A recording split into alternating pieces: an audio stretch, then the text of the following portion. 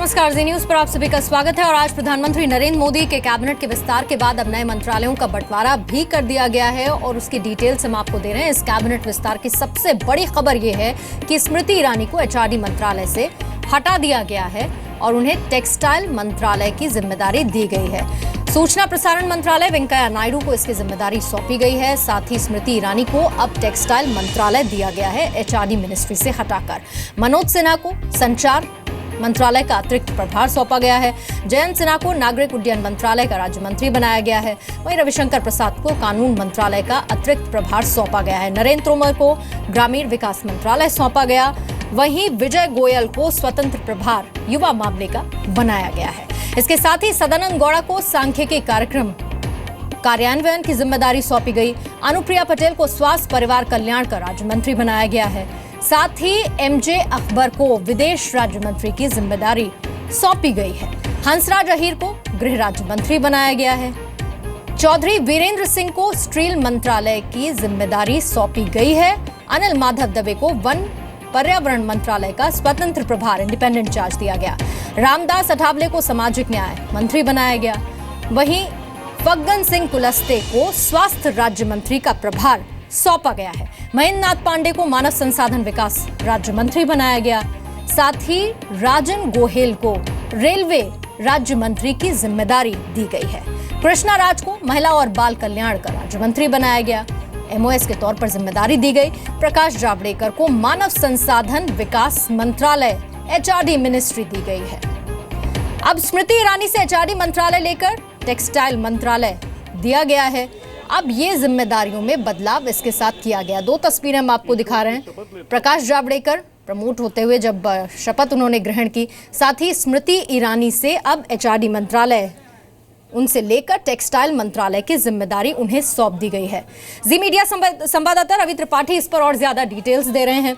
Ravi, cabinet expansion हुआ, सुबह हमने वो देखा, अब ये कैबिनेट रीशफल, इसे कैसे देखा जाए, ये बड़ा उलटफेर?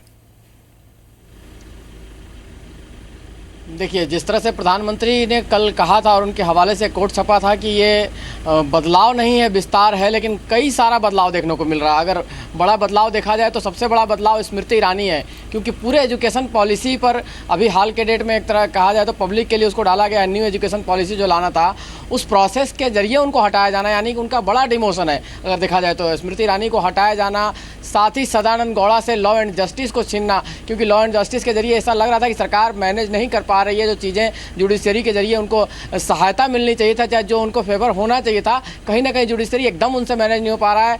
आई&बी मिनिस्ट्री अगर देखा जाए तो बहुत इंपॉर्टेंट मिनिस्ट्री है सरकार के लिहाज से। सरकार की बात को कैसे लोगों तक पहुंचाया जाए, तो अरुण जेटली के पास ये जिम्मेवारी थी और उनसे लेकर ये वेंकैया नायडू को दी गई है, ताकि अरुण जेटली का कद कहा जाए तो काफ़ी कमज़ोर हुआ इस मायने से अगर माना जाए तो। लॉ अगर मिनिस्ट्री कहा जाए, लॉ एंड जस्टिस, तो इनडायरेक्टली अरुण जेटली ही चलाते थे, लेकिन माना जा रहा था कि हो सकता है कि उनको दिया जाए, वो भी उनको नहीं दिया गया। आई&बी भी उनसे छीन लिया गया। तो दो मेजर चीज़ें हैं जो को उनके हाथ से गई है।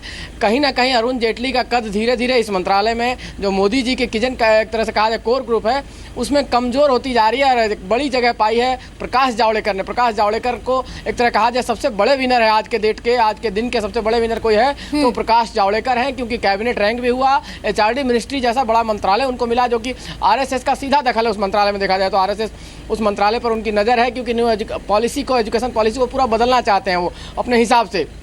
तो उस हिसाब से देखा जाए और बहुत सारी चीज़ें, पार्लियामेंट्री अफेयर्स मिनिस्ट्री देखिए, वेंकैया नायडू पहले उसको लगातार देख रहे थे। अनंत कुमार को पूरी तरह से फुल फ्लेज चार्ज दिया गया उसका। चूँकि पार्लियामेंट को मैनेज करना, बिल कई सारे पास नहीं हो पा रहे हैं, कई सारे बिल फंसे हुए हैं सरकार के, जैसे लैंड बिल था जिसको लेकर सरकार चाह रही थी, जीएसटी बिल है, तो कहीं ना कहीं अनंत कुमार पर यह ठप्पा लगता है कि वो विपक्षी दलों को अच्छे तरीके से मैनेज कर लेते हैं, तो उनको ये जिम्मेवारी दी गई है। तो नए जो नाम है एक तरह से कहा जाए, 2-3 नाम जिनको बड़ी जिम्मेवारी दी गई है, उसमें से प्रकाश जावड़ेकर का नाम आ रहा है, अनंत कुमार का नाम देखा जा सकता है, और साथ ही साथ विजय गोयल को देखिए। विजय गोयल को माना जा रहा था, क्योंकि पहले वो पीएमओ में एमओएस भी रहे हैं और यूथ एंड स्पोर्ट्स मिनिस्टर भी रहे हैं, तो उनको वही जिम्मेवारी फिर से दोबारा दी गई है। विजय गोयल की भी एंट्री अच्छी मानी जा रही है। और एकमात्र प्रमोशन अगर देखा जाए, जो पहले के जो मंत्री थे एमओएस जितने थे, उसमें से एकमात्र प्रमोशन अगर है किसी का तो वो है मनोज सिन्हा का, जिनको इंफॉर्मेशन मिनिस्ट्री का उनको स्वतंत्र प्रभार दिया गया, उनको इंडिपेंडेंट मिनिस्टर बनाया गया, और साथ साथ रेलवे का चार्ज भी उनके पास रहेगा। तो कुल मिला जुला के पहले के जो मंत्री हैं उनके कामकाज में एमओएस में मनोज सिन्हा का प्रमोशन है, उसके साथ साथ जो इंडिपेंडेंट चार्ज थे उसमें प्रकाश जावड़ेकर को इंडिपेंडेंट चार्ज से कैबिनेट का प्रमोशन, साथ ही उनको बड़ा मंत्रालय मिलना और रविशंकर प्रसाद को नई जिम्मेवारी दी गई है लॉ एंड जस्टिस को एक तरह से देखने के लिए। और अनंत कुमार जो एक तरह से किनारे पड़े हुए थे कहा जा रहा था, जिस तरह से उनके पास मंत्रालय था, तो उनको एक बड़ी जिम्मेवारी दी गई है पार्लियामेंट को मैनेज करने का। बिल्कुल, मोदी कैबिनेट में जो नई जिम्मेदारियां दी गई उनका डिटेल्स हमने दिया और साथ ही कुछ प्रमोशन की आपने बात की, लेकिन नुकसान में अगर जो लोग रहे, जो मंत्री रहे, अगर उनके नाम को हम डिटेल करना चाहें तो वो बड़े बड़े नाम कौन से रहे और क्या उसमें रविशंकर प्रसाद का नाम भी शामिल करें हम स्मृति ईरानी के साथ, अरुण जेटली के साथ?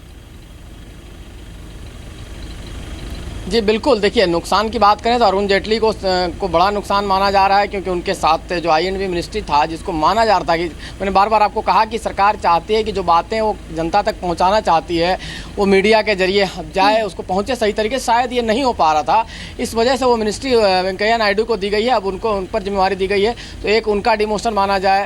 अगर माना जाए तो जिस तरह से संचार मंत्रालय में वो मैनेज नहीं कर पाते रविशंकर प्रसाद, तो उनसे भी अगर वो चीज़ लिया गया है और कुछ मंत्रियों को दिया गया है तो वो भी एक बड़ा डिमोशन माना जाए। स्मृति ईरानी का बड़ा डिमोशन है, क्योंकि एचआरडी मिनिस्ट्री और जिस तरह से उनका कद था, ऐसा लग रहा था कि स्मृति ईरानी का कद छोटा नहीं हो सकता है, तो उनके कद को छोटा किया गया है। इसके अलावा आप देखें तो सदानंद गौड़ा से लॉ एंड जस्टिस लेना, वो भी एक बड़ा डिमोशन है उनका, क्योंकि पहले उनसे रेलवे लिया गया, फिर उनसे अब लॉ एंड जस्टिस लिया गया।